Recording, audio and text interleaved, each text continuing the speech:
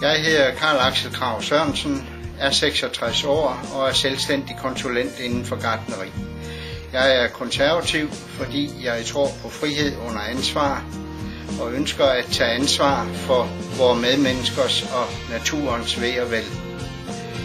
På den måde bliver trygheden grundlaget for den virkelige frihed.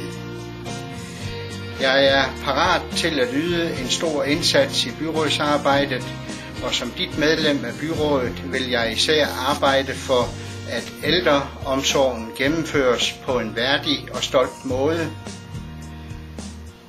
at erhvervslivet, både små og store virksomheder, trives godt, og at trafikforholdene og infrastrukturen forbedres og udvikles. Se meget mere om det på min hjemmeside petersminde.dk.